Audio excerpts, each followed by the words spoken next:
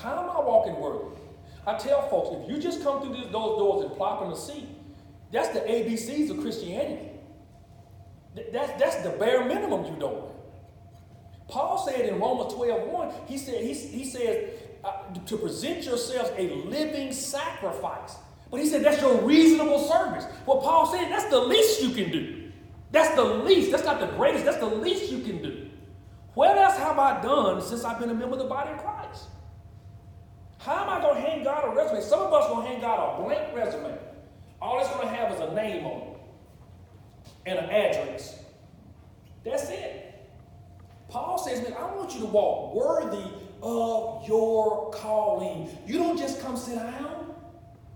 I tell Tyler, I get on my men all the time. I say, guys, you all come in and sit down. There's no fairies. There's no church fairies. The baptism pool doesn't clean itself. If the fairy don't come through in the night while we all sleeping and clean the baptism pool. He don't come through and check and see if their light bulbs out. You know, what do I need to fix? He don't come through and make sure the air is on. We don't have that. We have actual men and women that has to do that work. Somebody has to put the Lord's Supper together. And Paul says, man, I want you all to walk worthy.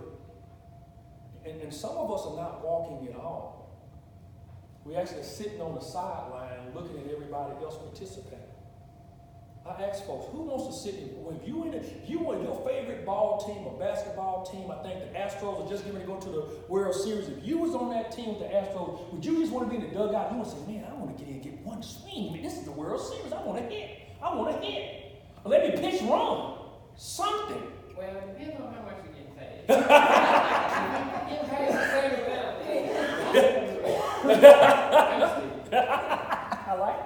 I like that. But guess what? We're getting paid to what? Same amount. That's a good one. I like that. We're getting paid the same amount. What did Paul say? I fought a good fight. He said, there's a crown of righteousness laid up for me, but not only for me, but for all those who love the Lord. So, man, I like that, brother. We're getting paid the same thing. And here, I don't even want to get my clothes dirty. I've seen at the end of the game, the kicker or somebody, the guys that didn't get in the game's on they won, they go slide around, man. When they go in that locker room, it looks like they've been in battle, hadn't got on the field, except when the game was over. But some of us never wants to get in the game. So Paul says, he says, with all humility and gentleness and patience and long-suffering, having tolerance for one another. I love that word. When he said having tolerance for one another. I want you all to understand something. Christianity is a life of putting up with other people. It's a life.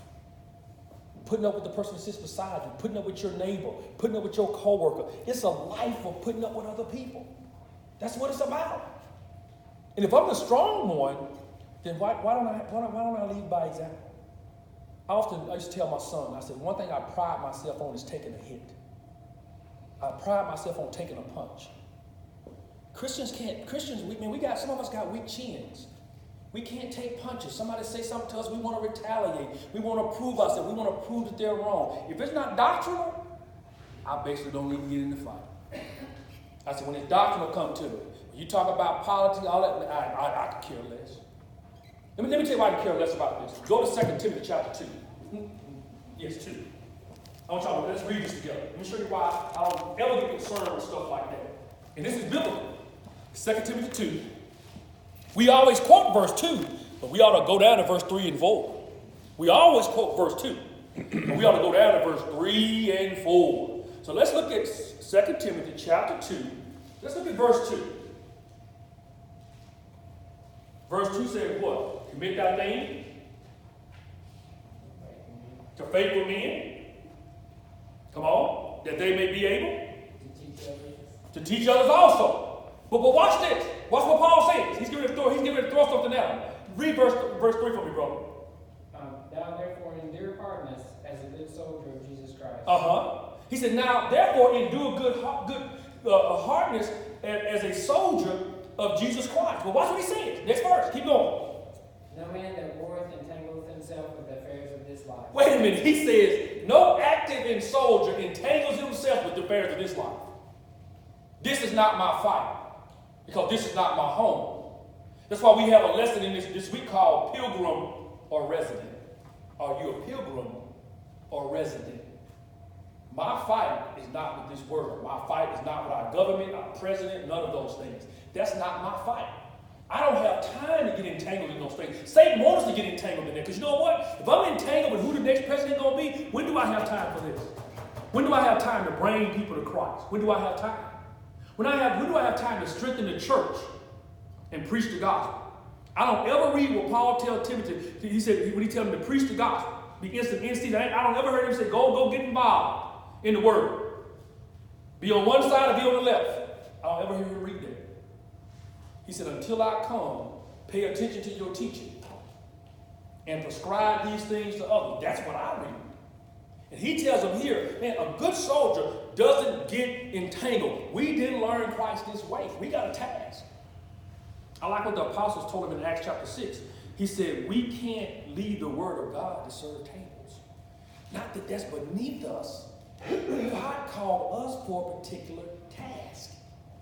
And if you've been called for a particular task, are you doing that task? Are you doing that task? How did you learn Christ? Now watch what the next verse says. Let's go back to Ephesians. The chapter is 3. I love this verse. Ephesians chapter 4, verse 3. He says, being diligent to preserve the unity of the Spirit in the bond of peace.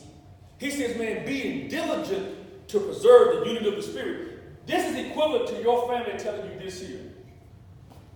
Look, when you leave out of here, you represent us. You're Evans, and you remember that you are Evans. Don't go out there and bring shame to the family. Paul says, we are Christians. We've been called. We have one Father, one Lord, one Spirit, one baptism, one faith. That's what he's given them. He says, be diligent to preserve the unity of the Spirit. How many of us are fighting to preserve what we have? How many of us are fighting to do that? Or does any little thing cause us to go in a different direction? How many of us are fighting to preserve that unity? Here Paul wrote to a congregation. He said, man, be diligent. You need to look that word up. That word means it exhausts every avenue you possibly can to make sure we are unified. Use every avenue possible to make sure that we stand as one. This is what Paul is saying here. And I'm asking, how do we learn Christ? I don't see the church doing it at all. I see the church bickering. I see congregations bickering one another. I see congregations that's dying and needs to merge. It should merge and be one congregation. But we won't do that because somebody wants to be the preacher. Everybody wants to preach. We don't want to put the time in. We don't want to study, but we want to stand before a congregation and say, hey, I'm somebody. It's amazing how God works in our lives if we would submit ourselves to him. Paul said, you didn't learn Christ like this. You all, we should be striving, whether we're in Huntsville or whatever. That's my brother. Never met him before, but I love him. Why? He's got the blood of Christ on him. That's my blood brother. He's closer than any of my brothers my father had. Because none of them are in the body. I should be striving to preserve this bond. Hopefully they'll obey, but if not, I always tell people, all soil ain't good soil. They may be your children, they may be your brother, they may be your father or dad or wife. But all soil is not good soil. Christ proved that when he did the sow in the soil. I had to get that in my mind. That my kids, God gave them to me to raise up for him. If they don't go to him, that's not on me. And that's not on God. And he did not make a mistake. We have choices to come to him. Brother, we have a prayer line. And a lot of people get on the line from a lot of different congregations. And it's all men because of just men and women have different prayer lines. We had about 8 or 9 ministers on. And Trent, the brother, we had a brother that wasn't faithful, wouldn't stay faithful, kept getting in and out of trouble, man, just living in sin. And so everybody said, well, man, we pray that he do this, we pray that he do that, and he pray. They kept saying, pray, pray, pray, pray. I said, let me tell you all something. I said, listen, God, I don't want y'all to take this the wrong way. I said, please listen to me. I said, the Bible doesn't teach what you all are asking.